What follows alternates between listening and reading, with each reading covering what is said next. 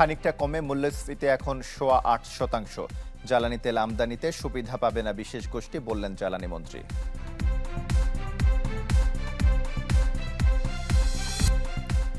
বন্ধ 3টি পাটকল চালুতে চুক্তি, 619 কোটি টাকা বিনিয়োগে 12,000 নতুন কর্মসংস্থানের আশাবাদ।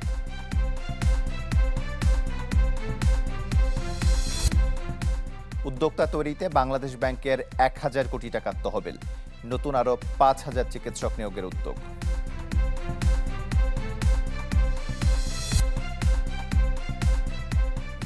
আমন্ত্রণ মার্কেন্টাইল ব্যাংক পিএলসি বিজনেস 24-এ। শুনছিলেন শিরোনাম, আপনাদের সাথে আছি আশিক তমাল। টানা 3 মাস 9% বেশি মূল্যস্ফীতি থাকার পর জুলাইয়ে খানিকটা কমল মূল্যস্ফীতি, যা এখন 8.32%। বাংলাদেশ পরিসংখ্যান ব্যুরো বিবিএস এর সবশেষ প্রতিবেদনে উঠে আসে এমন তথ্য। সংস্থার হিসাবে গত জুনে মূল্যস্ফীতি ছিল 9.16%। আগের মাস মেতে যা ছিল 9.42%, আর এপ্রিলে মূল্যস্ফীতি ছিল 9.4%। বিবিএস এর হিসাব অনুসারে গত জুলাই মাসে খাদ্য মূল্যস্ফীতি হয়েছে 7.16%, আর খাদ্য বহির্ভূত মূল্যস্ফীতি হয় 9.28%। সদ্য বিদায়ী অর্থ বছরে গড় মূল্যস্ফীতি হয়েছে 8.68%।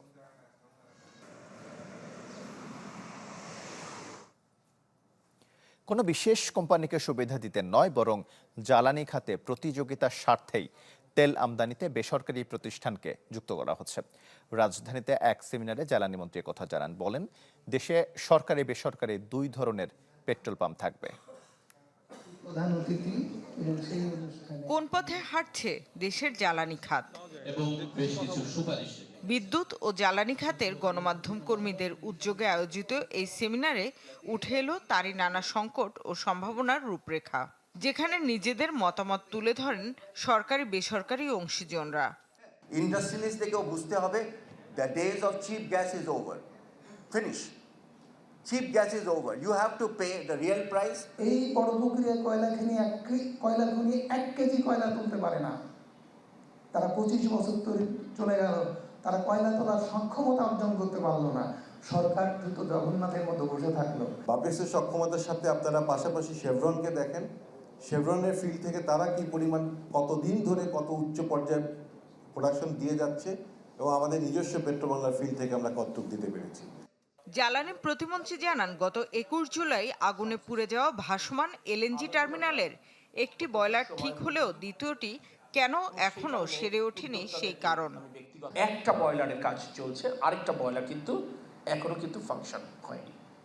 এইটা ফাংশন করতে গেলে আবার সাময়িকভাবে প্রথম বয়লারটা অপারেশন বন্ধ রাখতে হবে। This is the biggest challenge. সেই কারণে আমরা তাদের সাথে আলোচনা চালাচ্ছি। এ সময় জ্বালানি মন্ত্রী বসুন্ধরাকে সুবিধা পাইয়ে দেবার সমালোচনার জবাব দেন। বলেন, কোনো বিশেষ শিল্পগোষ্ঠীকে সুবিধা দিতে নয়, বরং সব বেসরকারি উদ্যোগকে আগ্রহী করতেই জ্বালানি নীতিমালায় পরিবর্তন আনা হয়েছে। মূল উদ্দেশ্য প্রতিযোগিতামূলক বাজার সৃষ্টি। একটা গোষ্ঠী করছে এটা। আমার মাননীয় প্রধানমন্ত্রী বারে বারে বলছে এই জ্বালানি থেকে নিয়ে অনেকে ঘোলা পানিতে মাছ শিকার করতে যাচ্ছে, অনেকে ষড়যন্ত্র করছে। আমিও তাদেরকে অনুরোধ করব, পলিটিক্স আপনারাও করেন, দেশের স্বার্থে করেন। দেশের এই ক্রাইসিসকে বাড়িয়ে দিয়ে আপনারা কোনো কিছু হাসিল করতে পারবেন না। সেমিনারে মন্ত্রী দাবি করেন, জনগণের সুবিধা প্রাধান্য দিয়েই জ্বালানি খাত ঢেলে সাজাচ্ছে বিএনপি। এনি ইনভেস্টমেন্টের জন্য। শামিমা সুলতানা, চ্যানেল 24, ঢাকা। বন্ধ থাকা রাষ্ট্রায়ত্ত 3টি পাটকল ফের চালু করতে বেসরকারি 2 প্রতিষ্ঠানের কাছে লিজ দিয়েছে সরকার, যাতে বিনিয়োগ হবে 619 কোটি টাকা। প্রধানমন্ত্রী তারেক রহমানের উপস্থিতিতে চুক্তি সই হয়। বাংলাদেশ জুট মিলস কর্পোরেশন বিজেএমসির সঙ্গে চুক্তি করে প্রাণ আরএফএল গ্রুপ ও হ্যামকো গ্রুপের প্রতিনিধিরা। এর ফলে দীর্ঘদিন বন্ধ থাকা 3টি মিল বেসরকারি ব্যবস্থাপনায় ফের চালু হবে। ফলে নতুন কর্মসংস্থান তৈরি হবে অন্তত 12,000 মানুষের। চুক্তি অনুযায়ী সিরাজগঞ্জের জাতীয় জুট মিলস লিমিটেড ও খুলনার star jute mills limited lease নিয়েছে প্রাণ আরএফএল গ্রুপ, আর platinum jubilee jute mills limited lease নিয়েছে হ্যামকো গ্রুপ।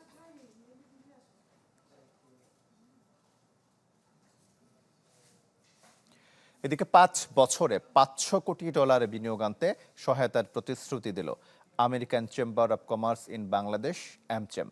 প্রধানমন্ত্রী তারেক রহমানের সঙ্গে সৌজন্য সাক্ষাতে এমন প্রতিশ্রুতি দেন তারা। সচিবালয়ে মন্ত্রী পরিষদ বিভাগের সভাকক্ষে এই সাক্ষাৎ অনুষ্ঠিত হয়। সংগঠনটির সভাপতি ও মাস্টার কার্ডের ভাইস প্রেসিডেন্ট সৈয়দ মোহাম্মদ কামালের নেতৃত্বে 8 সদস্যের একটি প্রতিনিধি দল সাক্ষাতে অংশ নেন। জানান, বাংলাদেশে মার্কিন বিনিয়োগ বাড়াতে কাজ করছে AmCham, যাতে বাড়বে দুই দেশের মধ্যে বাণিজ্যিক সম্পর্ক। এ সময় প্রধানমন্ত্রী তারেক রহমান বলেন, বর্তমানে বাংলাদেশে বিনিয়োগের অনুকূল পরিবেশ রয়েছে। আগ্রহী বিদেশি বিনিয়োগকারীদের সব ধরনের সহযোগিতা করতে প্রস্তুত বলেও জানান সরকার প্রধান।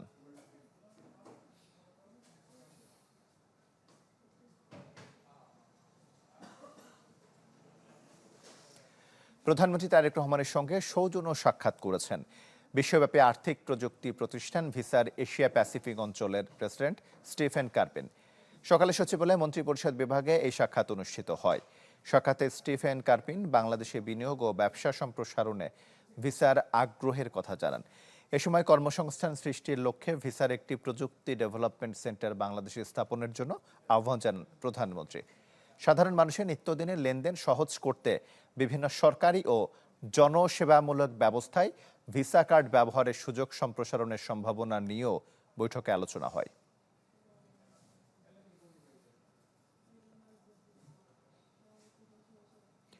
দেশের তরুণদের উদ্যোক্তা হিসেবে গড়ে তুলতে 1000 কোটি টাকার বিশেষ তহবিল গঠনের উদ্যোগ নিয়েছে বাংলাদেশ ব্যাংক, যার আওতায় কোনো জামানত ছাড়াই মিলবে সর্বোচ্চ 10 লাখ টাকা পর্যন্ত ঋণ। মঙ্গলবার বিকেলে বাংলাদেশ ব্যাংকের গভর্নরের সঙ্গে বৈঠক করেন association of bankers Bangladesh ABB নেতারা। এতে নতুন উদ্যোগ বাস্তবায়নের বিভিন্ন দিক নিয়ে আলোচনা হয়। বৈঠকে সিদ্ধান্ত হয়, এই ঋণের সুদহার 4 থেকে 6% মধ্যে রাখা হবে। প্রাথমিকভাবে সারা দেশের 5000 নতুন উদ্যোক্তাকে এই সুবিধার আওতায় আনার পরিকল্পনা রয়েছে।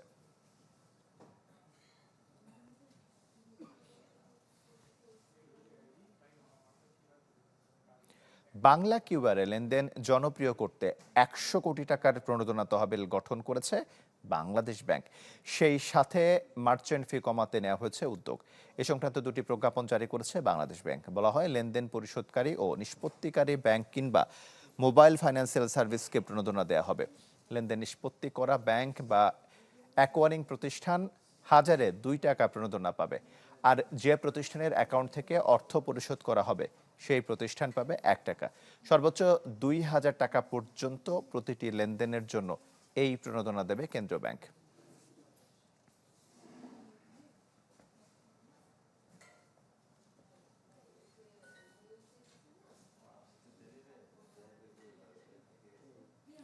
উপজেলা পর্যায়ে চিকিৎসক সংকট কাটাতে বিশেষ BCS পরীক্ষার মাধ্যমে 5000 চিকিৎসক নিয়োগের উদ্যোগ নিয়েছে সরকার। এর মধ্যে সহকারী সার্জনের পদ 4700 আর সহকারী ডেন্টাল সার্জন নেওয়া হবে 300 জন। এজন্য বেতন ভাতা খাতেই বছরে গুনতে হবে 288 কোটি টাকা। স্বাস্থ্যসেবা বিভাগের প্রস্তাবটি জনপ্রশাসন মন্ত্রণালয় হয়ে এখন অর্থ মন্ত্রণালয়ের চূড়ান্ত অনুমোদনের অপেক্ষায়। ইমদাদ হকের রিপোর্ট।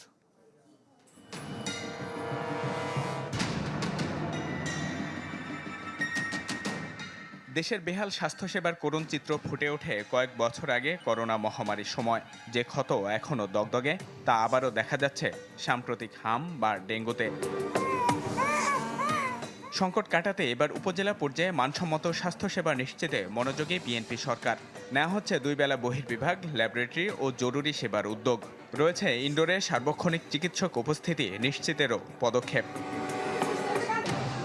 এ লক্ষ্যে সহকারী সার্জন ও মেডিকেল অফিসার নিয়োগে তৈরি করা হচ্ছে নতুন আরও 5000 পদ। এর মধ্যে সহকারী সার্জন বা সমমানের 4700 আর সহকারী ডেন্টাল সার্জনের 300টি পদ। স্বাস্থ্যসেবা বিভাগের প্রস্তাবে সায় দিয়েছে জনপ্রশাসন মন্ত্রণালয় চূড়ান্ত অনুমোদনের জন্য, যা এখন অর্থ মন্ত্রণালয়ে। যদিও এখাতে কেবল বেতন ভাতা বাবদ সরকারকে বছরে গুনতে হবে প্রায় 288 কোটি টাকা। রয়েছে অন্যান্য প্রশাসনিক ও পরিচালন ব্যয়ও। ঊর্ধ্বমুখী স্বাস্থ্য চাহিদা সেটা পূরণ করতে হলে ক্রমান্বয়ে স্বাস্থ্য সেবাদানকারী কিরকম লাগবে সেটার একটা রোডম্যাপ তৈরি করে সেইভাবে ক্রমাগতভাবে লোক নিয়োগ দিতে হবে তাহলেই আমরা কাঙ্ক্ষিত স্বাস্থ্যসেবা দিতে পারব। তথ্য বলছে সারা দেশের ৩১ সজ্জার ৪৮টি, ৫০ সজ্জার ৩৭৩টি এবং ১০০ সজ্জার 9টি উপজেলা স্বাস্থ্য কমপ্লেক্সের জন্য সৃষ্টি করা হচ্ছে এসব পদ। তা আগে গভর্নমেন্টকে সঠিকভাবে সিদ্ধান্ত নিতে হবে গভর্নমেন্ট কী করতে চায়।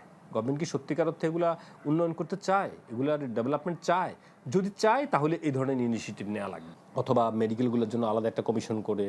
তো আমার শিক্ষা কমিশনই তো নাই। আমার যদি শিক্ষা কমিশন থাকতো তাহলে আমি বলতাম যে কমিশনের একটা সেল, একটা উইং ওটা দেখভাল করবে। নতুন কর্মসংস্থান তৈরিতে সরকারি উদ্যোগের অংশ হিসেবে চলতি অর্থ বছরে কেবল স্বাস্থ্য খাতে পদ সৃষ্টি করে নতুন জনবল নিয়োগ দেওয়া হবে 15,820টি পদে।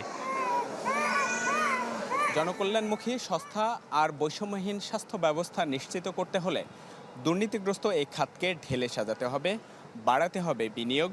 সেই সাথে সংশ্লিষ্ট ক্ষেত্রে যেসব কর্মকর্তারা দায়িত্ব পালন করেন তারা যেন ঠিকভাবে দায়িত্ব পালন করতে পারেন সে বিষয়ে নজরদারি বাড়াতে হবে।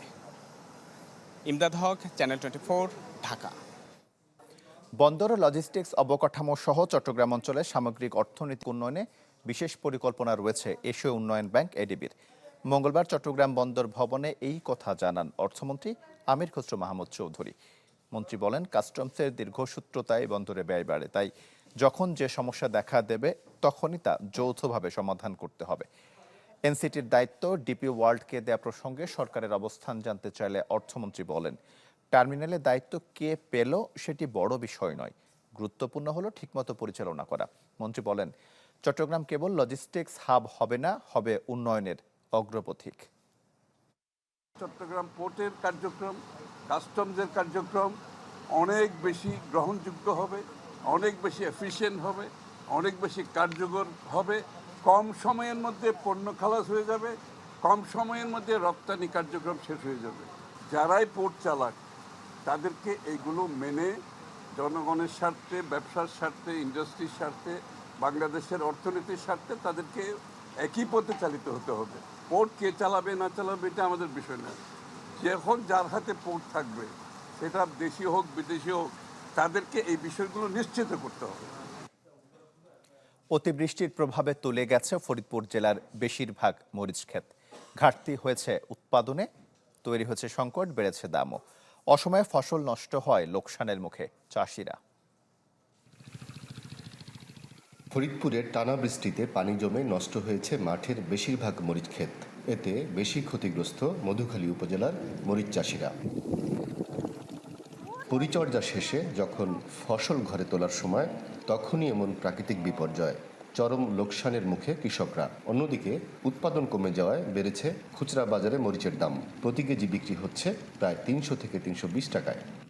মরিচ গাছে পানি বাইতে যাওয়ার কারণে মরিচ মারা যায়, কিন্তু এখন আমরা প্রচুর মরিচ নিতাম বস্তায় বস্তায়, মন কেমন এখন কেজি কেজি নিবার পারতেছি না। সরকারের কাছে আবেদন করতে, যারা কৃষিকাজে ক্ষতি হয়েছে তাদেরকে ক্ষতিপূরণ দিলে যাতে কৃষক বাঁচতে পারে, সামনে আগামীতে যাতে কৃষিকাজ করতে পারে। জেলা কৃষি সম্প্রসারণ অধিদপ্তরের তথ্য বলছে, চলতি মৌসুমে ফরিদপুর জেলায় মরিচ উৎপাদনের লক্ষ্যমাত্রা নির্ধারণ করা হয়েছিল 5,706 মেট্রিক টন। তবে টানা বৃষ্টিতে সেই লক্ষ্যমাত্রা অর্জন এখন অনিশ্চিত হয়ে পড়েছে। প্রায় শতভাগ মরিচ গাছ মারা গিয়েছে এবং উঁচু জমি যেগুলো ছিল সেই জায়গাগুলোতে দেখা যাচ্ছে কোথাও 50%, কোথাও 75% পর্যন্ত মরিচ গাছগুলো নষ্ট হয়ে গিয়েছে। ফলে কৃষকের যে ক্ষতি হয়েছে সেই ক্ষতি পুষিয়ে দেওয়ার জন্য আমরা যেটা করেছি, আমাদের যে সবজি প্রণোদনা ছিল সেখান থেকে একটা অংশ আমরা ক্ষতিগ্রস্ত মরিচ চাষিদের দিয়েছি। জেলায় 3,112 হেক্টর জমিতে গ্রীষ্মকালীন মরিচের আবাদ হয়েছে। হাসানুজ্জামান, চ্যানেল 24, ফরিদপুর।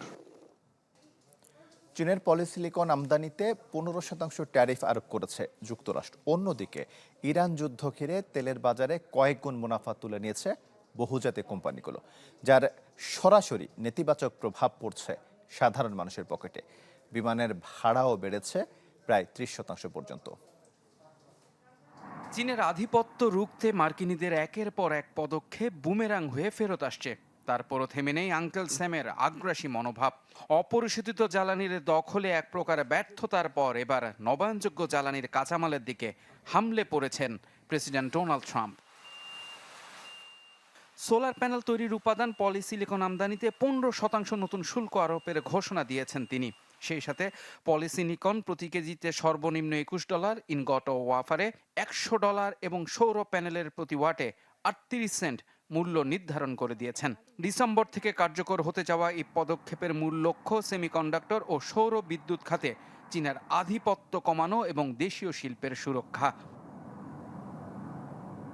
অন্যদিকে ইরান যুদ্ধের প্রভাবে বিশ্বের তেলের সরবরাহ সংকুচিত হলেও এক্সন মোবিল ও শেভরনের মতো কোম্পানিগুলোর রেকর্ড অভাবনীয় মুনাফা করছে। যদিও ডোনাল্ড ট্রাম্প এই মুনাফাকে অনৈতিক বলছেন, তবে তার ব্যক্তিগত ব্যবসার বিনিয়োগ এই দুই কোম্পানিতে রয়েছে কয়েক মিলিয়ন ডলারের। আর যুদ্ধের প্রভাবে সাধারণ মার্কিন নাগরিকদের পকেট থেকে জ্বালানি বাবদ অতিরিক্ত $78 বিলিয়ন খরচ হয়ে গেছে। মাথাপিছু গড় খরচ $285। সবচেয়ে বেশি ভোগান্তিতে রয়েছে এভিয়েশন খাত। জেট ফুয়েলের দাম বেড়েছে 65%, বছর ব্যবধানে যুক্তরাষ্ট্রের অভ্যন্তরীণ বিমান ভাড়া বেড়েছে 26.5%, আন্তর্জাতিক রুটে গড়ে 30% পর্যন্ত। এয়ারলাইন্সগুলো পরিচালনা ব্যয়ের 35% এখন খরচ হচ্ছে জ্বালানি কিনতে। সামনে ছুটির মৌসুমে ভাড়া আরও 19% বাড়বে বলে আশঙ্কা করা হচ্ছে। অর্থাৎ সাধারণ যাত্রীদের জন্য সুখবর আসার সম্ভাবনা আগামী 1 বছরের মধ্যে নেই বললেই চলে। ইফতেখার আলম, চ্যানেল 24।